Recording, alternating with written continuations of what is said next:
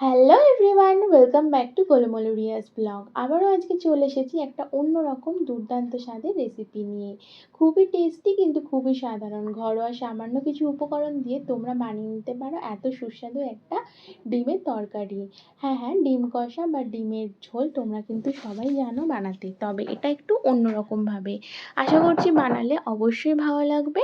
যারা বানিয়েছো তারা তো জানোই খেতে কতটা সুস্বাদু লাগে, আর যারা বানিয়ে থাকোনি কোনো দিন তারা অবশ্যই এই ভিডিওটা দেখে কিন্তু রেসিপিটা ট্রাই করো আর জানিও কেমন লেগেছে তোমাদের।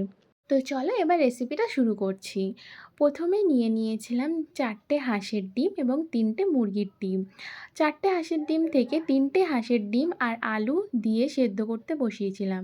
সেদ্ধ হয়ে গেলে খোসা ছাড়িয়ে রেখে দিয়েছি। তারপর যে একটি হাঁসের ডিম ছিল সেটাকে পেঁয়াজ কুচি কাঁচা লঙ্কা কুচি দিয়ে ফেটিয়ে ভালো করে কড়ায় তেল দিয়ে ভেজে নিয়েছিলাম, তারপর কুচি কুচি করে নিয়েছি। আর বাকি যে 3টে মুরগির ডিম ছিল সেটাকেও পেঁয়াজ কাঁচা লঙ্কা কুচি দিয়ে মামলেটের মতন করে পাট করে ভেজে রেখে দিয়েছি। এবার একটা কড়াতে গরম করব সর্ষের তেল। গরম হয়ে আসলে 3টে সেদ্ধ করা হাঁসের ডিম দিয়ে দেবো সামান্য পরিমাণে হলুদ এবং নুন। হাঁসের ডিমগুলো কিন্তু একটু গা চিড়ে নিতে হবে, নাহলে কিন্তু তেল ছিটকাবে, ফেটে যাবে। ভালো করে লাল লাল করে এপিট ওপিট ভেজে নিতে হবে। ভাজা হয়ে গেলে সেই তেলে দিয়ে দেবো কুচানো পেঁয়াজগুলো ভাজা হয়ে গেলে আবার দিয়ে দেবো কুচানো টমেটোগুলো ভাজা হয়ে আসলে এবার দেওয়ার পালা মশলা। কিছুই না, খুবই সামান্য পরিমাণে মশলা, যেটা ঘরে তোমাদের সবসময় অ্যাভেলেবেল থাকে। আদা রসুন লঙ্কার গুঁড়ো হলুদ গুঁড়ো, আর এই সময় কিন্তু তোমরা নুন দিতে পারো। কষানোর সময় নুন দিলে বেশ ভালো করে মশলাটা কষেও যায় এবং নুনটাও মশলার মধ্যে ভালোভাবে লেগে থাকে, খেতে বেশ টেস্টি লাগে। তো চলো মশলাগুলো এবার ভালো করে কষিয়ে নেওয়ার পালা। কড়াই যদি মশলাটা লেগে আসে তার জন্য তোমরা কিন্তু 2 চামচ গরম জল অ্যাড করতে পারো, তাতে কষেও যাবে ভালো করে মশলাটা আর কড়াই লেগেও থাকবে না। দেখো এই পর্যায়ে মশলা কষে এসেছে, এরপর থেকে তেলও বেরোচ্ছে। তাই এই সময় আমরা দিয়ে দেবো সেই সেদ্ধ করে রাখা স্লাইস করা আলুগুলো দিয়ে ভালো করে মিশিয়ে নেব, মশলাটা যাতে লেগে যায়। তারপরে সেদ্ধ করে রাখা হাঁসের ডিমগুলোও দিয়ে দেবো। মশলার সঙ্গে ভালো করে নেড়ে চেড়ে মিশিয়ে নিয়ে এই পর্যায়ে অ্যাড করে দেবো আমরা গরম জল। অবশ্যই কিন্তু এখানে তোমরা গরম জল ইউজ করো, তরকারির টেস্টটা কিন্তু বেশ ভালো লাগবে। গরম জল অ্যাড করে ফুটতে দেবো বেশ কিছুক্ষণ।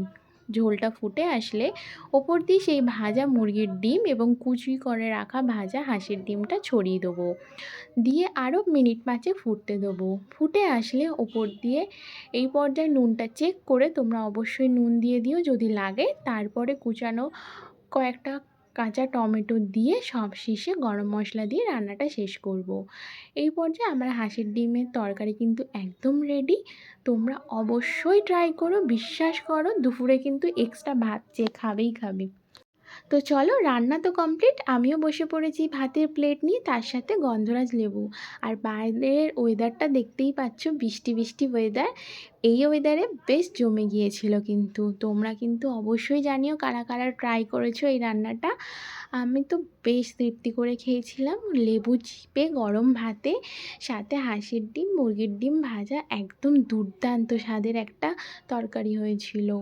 তোমাদের কার কার এরমভাবে রান্না করে খেতে ভালো লেগেছে, অথবা কারা কারা এরকমভাবে ট্রাই করেছো অবশ্যই জানিও। আর ভিডিওটা ভালো লাগলে লাইক আর সাবস্ক্রাইব করতে কিন্তু কেউ ভুলো না। আর হাঁসের ডিম পছন্দের কারণ কি তোমরা অবশ্যই জানিও। আমার কেন পছন্দ হচ্ছে কুসুমের জন্য, একদম লাল লাল হলুদ হলুদ কুসুম, খেতে বেশ দারুণ লাগে। মুরগির ডিমের তুলনায় অন্যরকম টেস্ট একদম। তো চলো ভিডিওটা এখানেই শেষ করছি। তোমরা কিন্তু অবশ্যই ভিডিওটা দেখো, অবশ্যই ভালো লাগলে লাইক করো, সাবস্ক্রাইব করো চ্যানেলটাকে, আর পারলে বেল আইকনটা অন করে দিও, যা যা ভিডিও ছাড়বো তোমাদেরকে নোটিফিকেশন চলে যাবে। তো চলো টাটা, অন্য কোনো বড় ভিডিওতে তোমাদের সঙ্গে দেখা হবে।